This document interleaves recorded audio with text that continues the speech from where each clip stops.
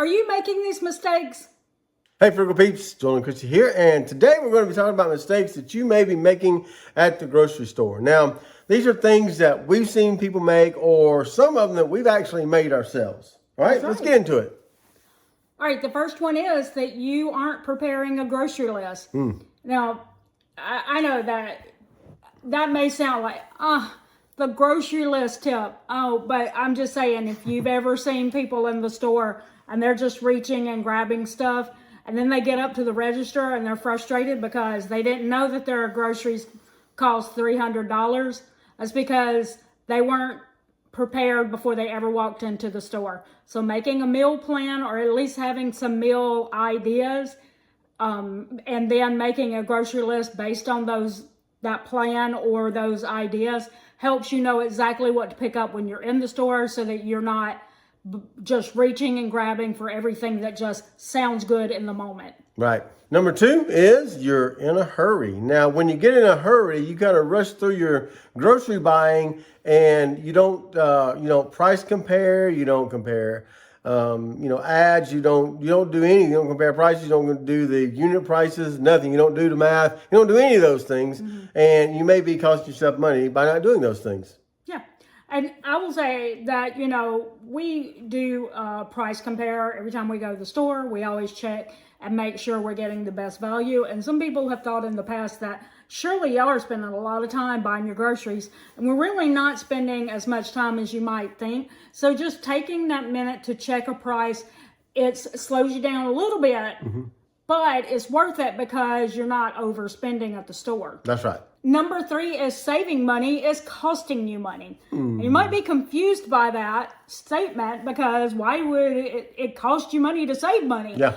And what it basically boils down to is things like coupons, circulars, and rebate apps. Sometimes some of the things that are available in your circular or your rebate apps or your coupons are not good deals in the first place, or they're just things that if you didn't have that deal available to you, would you have even purchased it?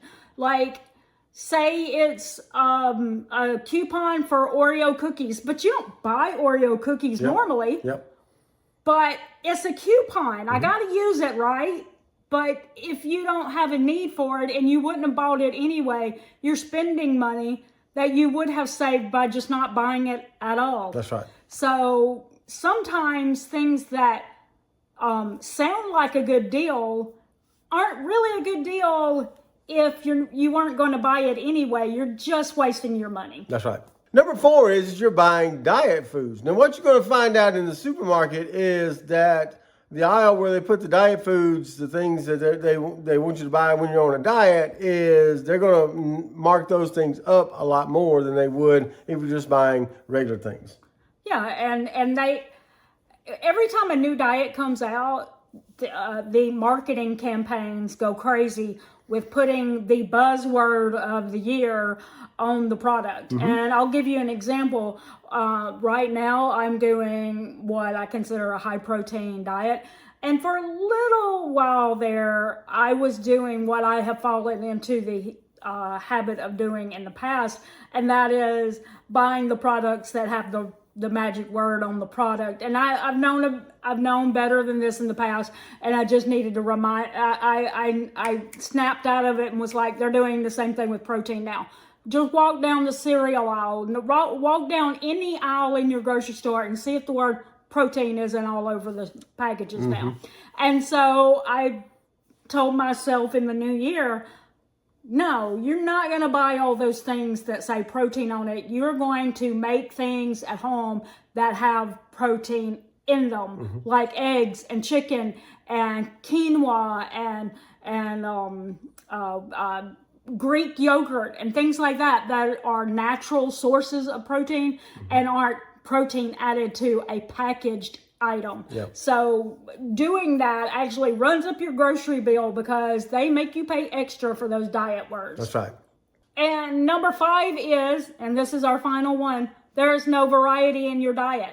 A lot of people, and this one would be the most controversial probably of the ones that we're going to tell you. Most people would say, you know, I don't spend as much on groceries because I buy the same things every week and I know exactly what I'm buying. And I understand that to a point, but I like the idea of having variety in my diet. It keeps, one, it helps you hit all the nutrient needs that you might need because you're not eating the same stuff over and over. That's right. But also, it keeps me from getting bored. I'm like excited because maybe this week I'm gonna try a recipe I've never tried before.